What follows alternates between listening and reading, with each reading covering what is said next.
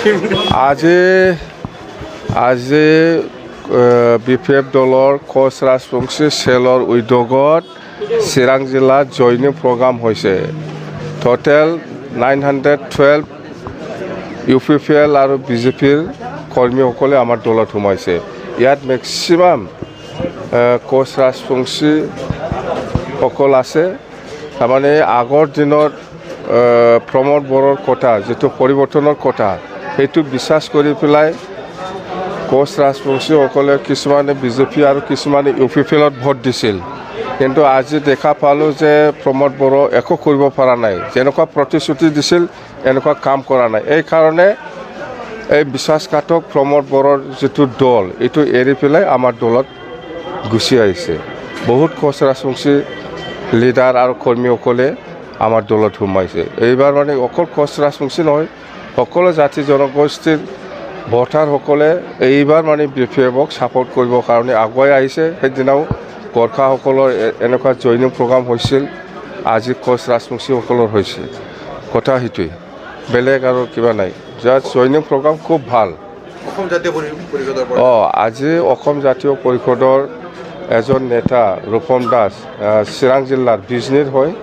এই মানে 2021 MLA নিৰ্বাচনত মানে অসম জাতীয় পৰিষদৰ হৈ পেলাই MLA খেলিছিল।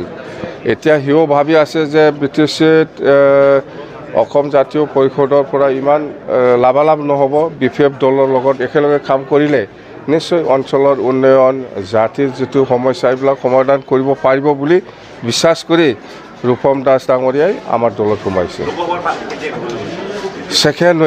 ছেকেণ্ড উইক মাৰ্চত আমি ঘোষণা কৰিম। আমাৰ দলৰ সিদ্ধান্ত এতিয়াও সলনি হোৱা নাই।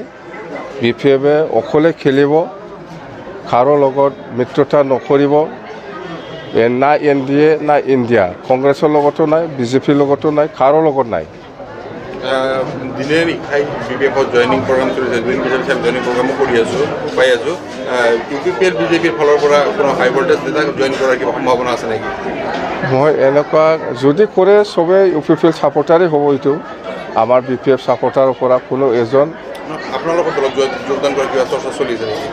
নাই, এনেকুৱা যোগদানটো হৈয়ে আছে, আপোনালোকে দেখি আছে। অকল ইয়াত নহয়, প্ৰত্যেকটা প্ৰাইমাৰী ব্লক কমিটিবিলাকে জইনিং চলি আছে। এনেকুৱা কোনোবা UPPLৰ লিডাৰ বাকী নাই, বহুত লিডাৰ, ভাইচ প্ৰেছিডেণ্ট, ছেক্ৰেটাৰী, এনেকুৱা মেলা লিডাৰ সোমাইছে আমাৰ তাত। কংগ্ৰেছৰ প্ৰেছিডেণ্ট, ভাইচ প্ৰেছিডেণ্ট, ছেক্ৰেটাৰী এনেকুৱা বহুত সোমাইছে।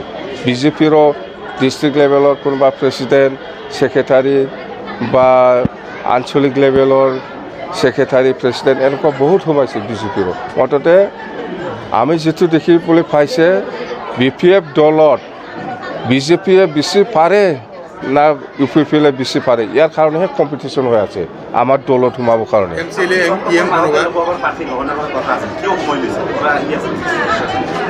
ইলেকশ্যন ঘোষণা হোৱা নাই, কেনেকৈ পাৰ্টি ঘোষণা কৰিব? ইলেকশ্যন ঘোষণা হ'ব দিয়ক, ইয়াৰ পিছত নাই, এইটো আগৰ কথা।